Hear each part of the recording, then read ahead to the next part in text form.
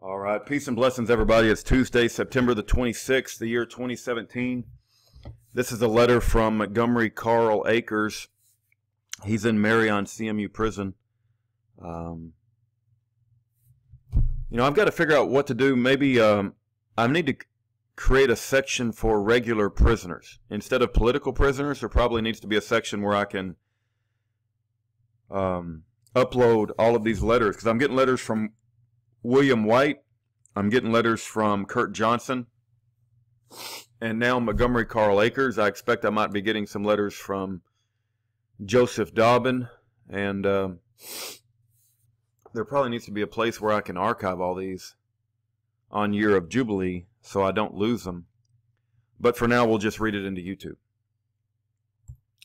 All right, gonna have to make this 150. Here we go. It was written on the 20th, which is 6 days ago. Hello, Rudy. I wanted to write and answer the questions in your email. I did ask him some questions about the CMU. The first question is, have you been mistreated in the CMU? Answer, I have not been physically mistreated in the CMU unit. I have been in this unit going on 7 years now. I came here on November the 29th, 2010. When I first arrived here, the staff treated me very badly. It was obvious they had an agenda in place. The case manager, Milton Newman, and the intelligence research specialist, Henry Rivas, constantly tried to provoke a physical confrontation with me. Their mistreatment came in the way they interfered with my communications and colluded with my prosecutor through what is known as Counterterrorism Unit, located in Martinsburg, West Virginia. The way this CMU operates, it's the same with the CMU Terre Haute, Indiana, is that the BOP staff on site here at Marion, Illinois, take direction from the contract service staff in Martinsburg, West Virginia. The CTU staff are the ones who instigate the abuse, and the Marion CMU carry it out. The second question is, how many people are in the Marion CMU? Answer, the average daily count is about 34 to 36. The unit can hold more. The third question is, what is the racial breakdown in the Marion CMU? Answer, usually the racial breakdown balances to about 8 to 10 whites, the same for blacks, and the rest are others. In this unit we have white prisoners who are terrorist Muslims. There are a few black Muslims as well. The way it sifts out is you have 2/3 Muslim terrorist inmates and the rest of us. Usually the white inmates would not be welcomed when they join this cult. That's speaking on white people. In this unit, most of the white inmates who convert to Muslim and people seeking protection and the like. Usually they are people who have been checked in and can't go to general population. The Muslims will take anyone, so that's their refuge. Generally, they are mentally ill as well. The fourth question, how would you describe the prisoner's personality in Marion CMU? Answer, as a whole, most of the people in this unit are amicable compared to regular prison life. People have their moments here. The prisoners in this unit, most of them have some sort of mental illness, even if it is benign. Most people are fairly cordial. We have had some real bad apples and some violent episodes, but no one has been killed here yet. I want to mention the staff a bit more. I think I had explained in my letter that the staff has zero credibility. They really do. The mission is to do what they can to impede and destroy a person's contacts on the outside when they have an agenda with you. That this is what has happened to me.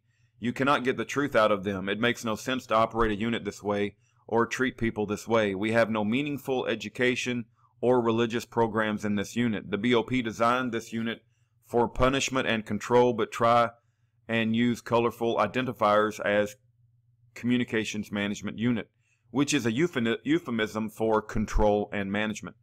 What it comes down to is, if you get on the wrong side of the BOP, a government official, prosecutor, judge, as in my case, this is where they put you. The only way out is to completely submit to their control. By that I mean you cannot file grievances or lawsuits against them or any government official unless it has to do with a matter that does not implicate them in any way. You have to be willing to give them information whenever they want it. You cannot question their authority. It's if staff make up rules that are not rules at all, which they've done to me and many others, you have to let them get away with acting that way. Then you have to come around to the fact that they are never wrong, and you must like them for it. The Stockholm Syndrome type of outcome. If you go that way, you may have a chance, depending on how mad they are at you. Some people will just serve their entire sentence here until you get them into court, which is something I'm doing now. Let me know what else you want to know. Thank you again for contacting Mr. Philpott. I really hope he responds to you. Tell me about your ministry and the kind of people you counsel. I think you are a bright shining star in a darkness for many. Thank you again, and you and Aaron will be well until the next. Let me know when a good time to call you is. Kindest regards, Montgomery Akers. Monty Akers. That's this guy right here, although I believe he's 68 now, so this is probably a younger picture. I don't think he looks like this now. And I don't recall when his release date was. Let's what was his number? His number is 0286 6081. 0286 6-081.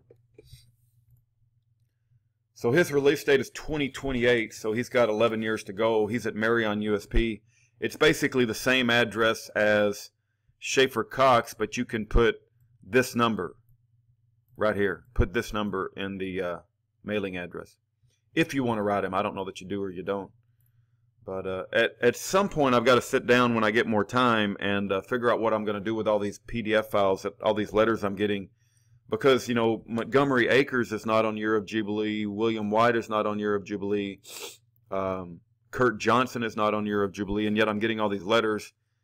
I might create like a just general prisoner section. You know, that'll be separate from political prisoner section. Let me know what you guys think. All right, take care. God bless. The last line of peaceful defense between a tyrannical government and the defendant is jury nullification. Educate yourself about jury nullification at fija.org.